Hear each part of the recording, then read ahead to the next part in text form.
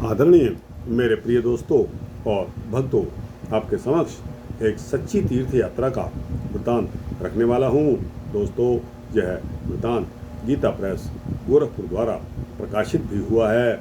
बहुत अच्छा वृतांत है, सूक्ष्म वृतांत है, 8-10 मिनट का होने वाला है। आपसे उम्मीद रखता हूँ कि आप इस वृतांत के अंत तक बने रहेंगे। मेरे साथ आपको स्वयं पता लगेगा कि सच्ची तीर्थ यात्रा क्या होती है। तो दोस्तों, आइए बिना समय गवाए इस वृत्तांत को शुरू करते हैं। दोस्तों, राम नारायण जी एक साधारण व्यापारी थे जो राजस्थान के एक छोटे से शहर में साधारण सी दुकान चलाते थे।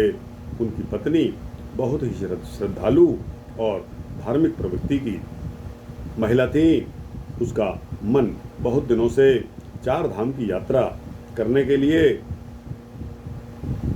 तथा पुण्य स्थलों पर यथासाध्य कुछ दान देने का था, परंतु पति की आर्थिक स्थिति को देखते हुए वह कभी कुछ कहती नहीं थी। एक वर्ष उनकी दुकान में 500-700 रुपए की बचत हो गई। तब उसने अपने पति से कहा, मन की बात खोलकर कहा। पति ने भी प्रसन्न होकर सहानुभूति के साथ कहा कि सब मिलाकर लगभग 2000 का खर्च है। अगले साल कुछ और कमाई हो जाएगी, तब चलेंगे। तुम्हारी यही इच्छा है, बहुत उत्तम इच्छा है। पत्नी ने कहा, लगभग 400 रुपये तो 10 वर्ष में मैंने भी बचा लिए हैं। आखिर ऐसा निश्चय हुआ कि होली के बाद चलेंगे। अभी 6 महीने होली को बाकी थे। इसी बीच विवाहों की जो गहमा-गहमी थी बढ़ गई और दुकान में भी कुछ आमदनी हो जाएगी। पत्नी प्रसन्न हो गई। आखिरकार फागुन तक सभी मिलाकर कुछ 1600 रुपये इकट्ठे हो गए। चैत कृष्णा 2 का मुहूर्त निश्चित हो गया। रामनारायण ने दुकान का काम कुछ समेट लिया, क्योंकि तीर्थ यात्रा में पीछे से दुकान को बंद रखना था। गरीबों की झोपड़ियाँ। इसी बीच एक दिन गांव में बाहरी बस्ती में आग लग गई और गरीबों की झोपड़ियाँ जल गई। छोटी सी गौशाला के घास की वह बागर भी जल गई, जो कल ही खुलने वाली थी। गौशाला की 150 गायें के खाद्य के लिए अचानक समस्या संकट आन खड़ा हुआ। ऐसा समाचार रामनारायण जी की धर्मभीरू करुणामयी पत्नी को मिला। घास के अभाव में गौएं भूखी रहेंगी, इस विचार से उसका हृदय दहल गया। उसने अपने पति रामनारायण जी से कहा कि अपनी तीर्थ यात्रा को या तो इस साल स्थगित कर दीजिए अथवा 4 धामों की यात्रा न करके 2 ही धामों की यात्रा कीजिए और 1600 में से 800 रुपये का गायों के लिए घास और चारा खरीद दीजिए। घास के अभाव में गायें भूखी रहेंगी।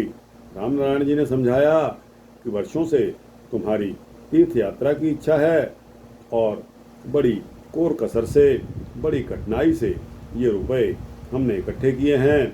फिर जुगाड़ होना बहुत कठिन हो जाएगा।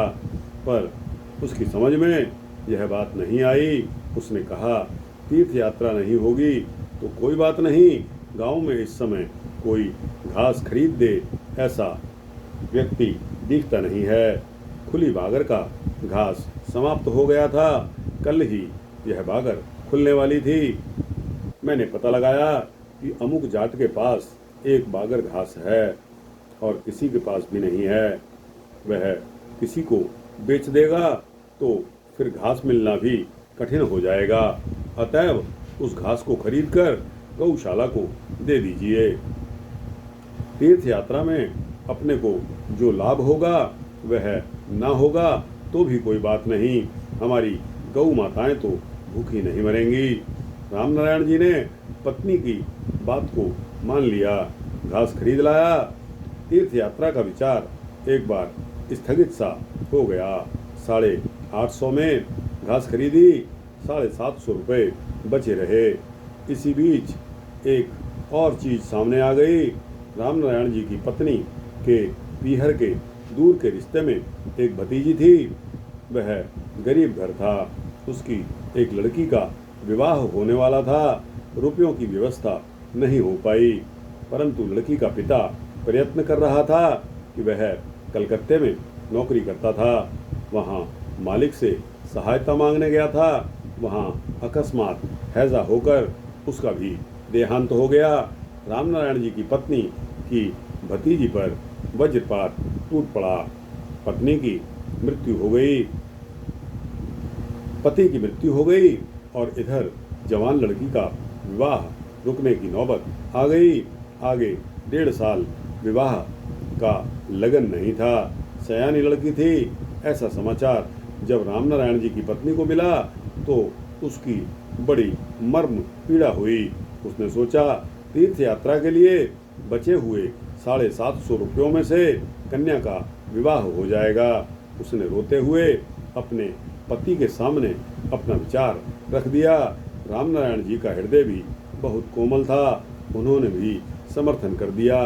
2 महीने के पश्चात विवाह की तिथि तय थी। रामनारायण जी और उसकी पत्नी दोनों उसके घर चले गए। उसे आश्वासन दिया और विवाह के मुहूर्त पर दोनों ने वहां जाकर अनेकों रुपयों से कन्या का विवाह कर दिया। वहां से लौटने पर एक दिन रामनारायण जी की पत्नी को स्वप्न में भगवान नारायण के दर्शन हुए।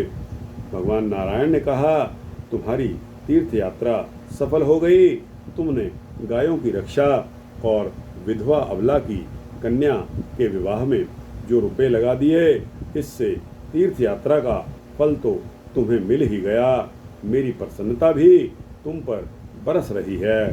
तुम दोनों पति पत्नी का लौकिक और पारमार्थिक भविष्य सुधर गया। उसने जगकर पति को सारा स्वप्न का वृतांत कह सुनाया। पति को भी ठीक वही सपना आया था। दोनों सोचकर गदगद हो गए। भगवान की कृपा से उनका कारोबार दिन दूना रात चौगुना बढ़ता चला गया। बड़ी संपत्ति हो गई। तीर्थ यात्रा भी उनकी हो गई, पर उनका जीवन फिर सदाचार, भगवत भक्ति तथा गरीबों की सेवा रूप भगवत पूजा में ही बीतता गया। सच्ची तीर्थ यात्रा दोस्तों और भक्तों मानो तो यही है। दोस्तों, यह वृत्तांत यहाँ समाप्त होता है। आपको कैसा लगा? अच्छा लगा हो तो इसको लाइक और शेयर करते हुए अपने दोस्तों, भक्तों, मित्रों, जिज्ञासुओं तक पहुँचाना। दोस्तों, कमेंट सेक्शन में आपके कमेंट्स नहीं आ रहे हैं, इसका मुझे बहुत अफसोस है। आपसे पुनः हाथ जोड़कर विनती करता हूँ कि अपने कमेंट्स भी दिया कीजिए। और दोस्तों, इस चैनल को सब्सक्राइब कर देंगे तो आपको इसी तरह के सूक्ष्म भक्ति वृत्तांत देता रहूँगा, ऐसा मैं संकल्प ले चुका हूँ। दोस्तों, जय श्री राधे, जय श्री नारायण, जय श्री विष्णु हरि।